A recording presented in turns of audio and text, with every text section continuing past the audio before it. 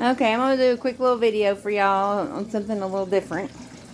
So when I make my soaps and lotions and whatever, I use distilled water that I make myself. And I just want to kind of show you how the process of how I do that. So this is my distiller. It's kind of tricky to set it up on the counter because I have to have cold water. I'll tell you about that in a second. But this is an electric one. So I've got the temperature dial back here, and this is the indicator that the machine is on, and this is the indicator that the burner is functioning. It has the safety clasp that holds the lid down so pressure doesn't make the lid blow off. This is a pressure relief valve. This is the tube where the essential oils and the distilled water come out. So what happens is, if you look at this distiller, I'm going to step back a little bit. Okay, so from here down is water. And from here up is where you put your plant material. And so the water down here boils, and this is straight up water from the faucet. So it's, got minerals and fluoride and whatever else in it. So the water boils and it creates steam. And the steam goes up into the plant matter, and it pulls all of the vitamins and the nutrients and all the nutritional properties out of the plant, and it goes up into the steam, plus all the oils that are in the plant. So if you filled this up with roses, what would come out of here would be a rose hydrosol with the rose essential oil in it. So what happens then is, so the steam goes up here. The only place for the steam to escape this pot is through this hose.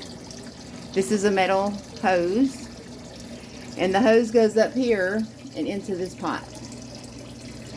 And the steam goes, if you see that swirly metal there, the steam goes into there and through these curly metal tubes, and at the end of at the bottom of the pot where this tube ends is right here. And so the steam comes up through this hose, it hits this cold water, and then the steam is condensed back down into a liquid, and that liquid is your hydrosol or distilled water. If I just put water in here and no plant matter, it would just be distilled water. So it's since I have plant matter in here, which today I'm doing a Usnea, or some people call it old man's beard. It's an antibiotic, antiviral, antibacterial. So during this distillation process, a good amount of those properties remain in the essential oils and the steam that come out of this pipe.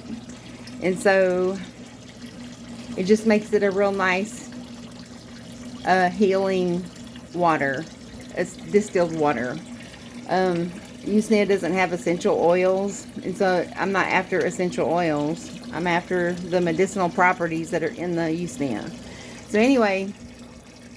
So then this pot of water right here, this has to stay cold, because if it's hot water, then this won't condense. It won't condense back down to a liquid from the steam. So periodically I have to drain the sink. Now the way this works is I have a water pump right here, and this is my drain hose. So the pump takes this cold water out of the sink, brings it up here, and pushes it into the bottom of this pot right here. And then it circulates through there, and it pushes the water back out through here. This is the overflow valve, or the overflow. So anyway, I don't know if you can see it. It's just a constant rotation. So this cold water keeps getting pushed in there. Now the steam is hot, and so it heats up this coil. And so eventually this water is going to get hot. And so then I have to drain the sink, fill it back up with cold water. And once this gets going really good and the essential oils and the water and stuff, distilled water starts coming out, I'll have to change this water probably every 5 minutes or so because it gets super duper hot. And if I continue to let it run with hot water in the sink, because this drain will end up draining hot water down into the sink. And so if I keep letting it just fill up with hot water and circulating hot water, then these rubber tubes kind of swell up and they'll come off and flood my kitchen. So anyway, I've got 3 gallons of water in here, and I'm hoping to get at least 2.5 gallons, if not right at 3 gallons of distilled Usnea hydrosol.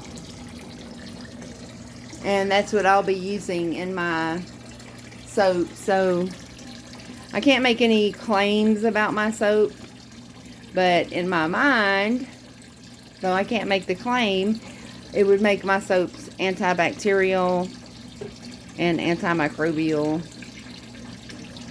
whatever, antiviral, whatever the medicinal properties that's in Usnea will come out in this water. And so, and the nutrients and the vitamins and all the medicinal properties from the distilled water survive the saponification process of making soap. But I can't say that it heals anything or it's an antibacterial soap or nothing like that. It's just, I'm just using homemade distilled water to make my soap. But anyway, I thought this is kind of neat. I've really enjoyed this. Everybody always asks if I'm making moonshine, and I'm not moonshining. Just making distilled water and essential oils with it. I had intended on growing lavender and stuff like that and making my own essential oils. But you have to have hundreds and hundreds and hundreds of pounds of plant material to get enough essential oils to do anything with it. And it's just would be too much work. But I guess some people who do make moonshine could use this. And this actually is a learning process that I've learned, is why the old-time moonshiners used to set up on creeks in the mountains, because this water has to stay cold, like ice cold. And so it makes it a little bit more of a chore. But if I had, a nice cold running creek somewhere where I could set this pump in there and have it continually cycling cold, fresh water from a creek, it would make it a lot easier and faster. But anyway, so I have this tube set up here to go into this stainless steel pot. Everything's stainless steel. Everything's been sanitized and clean. And then when it gets done, when I'm ready to turn the machine off and everything, I'll transfer the water from this pot into my wine-making carboys.